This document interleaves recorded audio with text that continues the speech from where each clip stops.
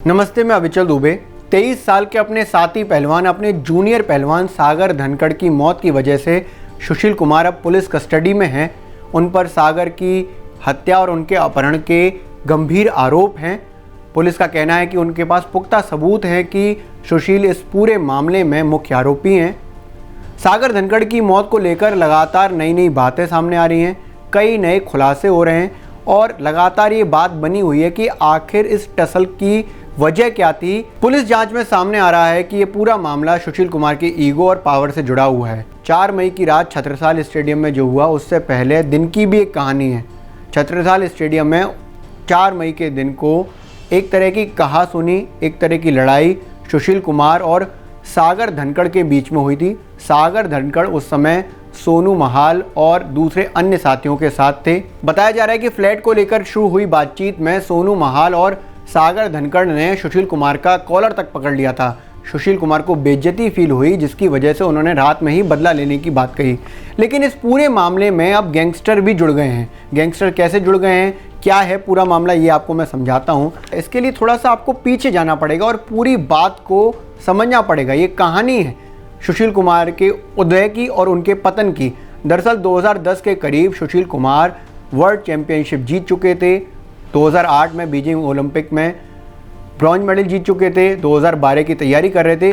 उसी वक्त सुशील कुमार का दिल्ली के आसपास के जो गैंगस्टर थे उनसे संपर्क होता है, जिसमें एक गैंगस्टर थे काला जठेड़िया। और काला जठेड़िया काम करता है भूमाफिया के रूप में। काला जठेड़िया पर कई सारे हत्या के भी मामले हैं।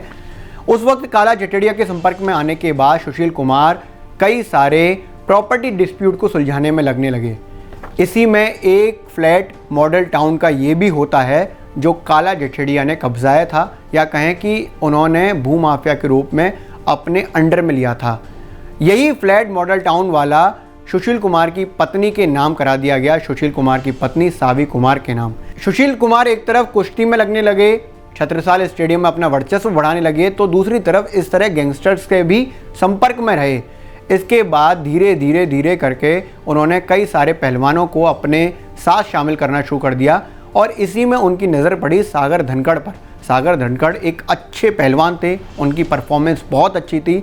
सुशील सागर पर अच्छा खासा विश्वास करते थे, इसलिए जब सागर ने छत्रसाल स्टेडियम का हॉस्टल छोड़ा तो सुशील ने उनको अपने ही फ्लैट में रहने के लिए कहा। ये फ्लैट जो मॉडल टाउन के एम ब्लॉक में था उसमें जाने को कहा। सागर वहीं रहने लगे, लेकिन सागर के संपर्क में अब काला जठेड़ी के जो रिश्तेदार हैं सोनू महाल भी आने लगे। सागर का भी बदमाशों से संपर्क अच्छा खासा होने लगा। सोनू महाल पर भी कई सारे हत्या के मामले हैं। सोनू महाल काला जठेड़िया का रिश्तेदार है। सुशील ने जो फ्लैट सागर को दिया था उसका 1 आधा महीने का किराया सागर ने नहीं चुकाया। सुशील इस बात पर भी नाराज़ थे कि सुशील की बात सागर नहीं मान रहे हैं और वो एक तरह से पैरेलल पावर खड़ी कर रहे हैं। सुशील ने उनको घर खाली करने के लिए कह दिया। सागर ने घर खाली भी कर दिया, लेकिन बाद में सागर ने छत्रसाल स्टेडियम में कई बार इस तरह की बातें कहीं जो सुशील को अच्छी नहीं लगी। दरअसल छत्रसाल स्टेडियम में सुशील कुमार की अच्छी खासी धाक थी, वहाँ पर उनका वर्चस्व मौजूद था और सुशील कुमार वहाँ OSD डेप्यूटी डायरेक्टर थे। वो ध्यान रखते थे कि सभी पहलवानों के खर्चे का, उनके रहन सहन और खाने पीने की जिम्मेवारी भी सुशील कुमार पर थी, इसलिए सभी लोग उनका सम्मान करते थे। छत्रसाल स्टेडियम में अच्छी खासी धाक के साथ सुशील का संपर्क पावर सेंटर में भी होने लगा, पावर गेम में भी होने लगा। उनका संपर्क गैंगस्टर्स के साथ भी होने लगा। दूसरे गैंगस्टर जैसे नीरज भवाना दिल्ली के कुख्यात गैंगस्टर हैं और वो इस वक्त तिहाड़ जेल में हैं, लेकिन उनका गैंग दिल्ली के आसपास काम करता है। तो 4 मई के दिन में जब सुशील का इनकाउंटर सागर के साथ हुआ तो सागर के साथ अन्य लोग भी थे, जिसमें सोनू महाल भी था जो काला जठेड़िया का रिश्तेदार है। इसके साथ विकास, रविंद्र और भी दोस्त थे जो सागर के थे, इसलिए वो सुशील पर हावी हो गए। उन्होंने उनका कॉलर पकड़ लिया। सुशील को ये बात काफ़ी ख़राब लगी और उन्होंने सोचा कि इनको आज ही सबक सिखाया जाए और सुशील शाम को उन बदमाशों के साथ एम ब्लॉक वाले फ्लैट में पहुंचे। सागर को गन पॉइंट पर मॉडल टाउन से अगवा किया, साथ ही उनके साथियों को भी सुशील ने अगवा कर लिया। छत्रसाल स्टेडियम की पार्किंग में 4 मई की रात को ले आए। सुशील कुमार ने, उनके साथियों ने और बदमाशों ने सागर को और उनके साथियों को, खासकर सोनू को और विकास को ज़बरदस्त तरीके से पीटा।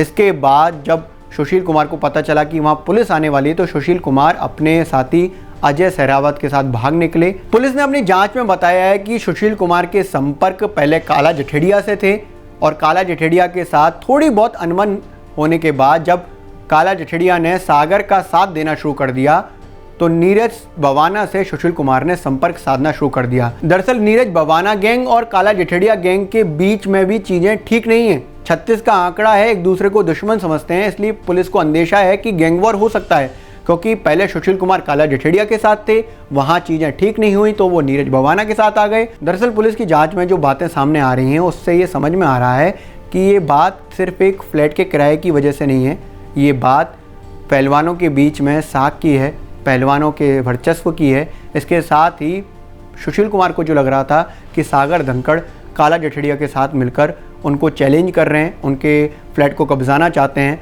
जबकि अगर देखें तो सुशील कुमार का भी ये फ्लैट कब्जाया हुआ बताया जा रहा है, चाहे वो काला जठेड़िया के द्वारा हो चाहे वो सुशील कुमार के द्वारा हो, ये बात अभी क्लियर होना बाकी है। इसके साथ ही अक्सर ये कहा जाता है कि गैंगस्टर जो हैं वो पहलवानों का यूज़ अपनी मसल पावर को बढ़ाने के लिए करते हैं, उनके बाहुबल का इस्तेमाल करते हैं। और इस पूरे गेम में भी ये समझ में आ रहा है कि काला जठेड़िया जो एक गैंग है दिल्ली का, इसके साथ ही नीरज बवाना गैंग है, वो दोनों ही अपने साथ पहलवानों का एक ग्रुप रखते हैं और जिसके साथ वो अपने कामों को अंजाम देते हैं।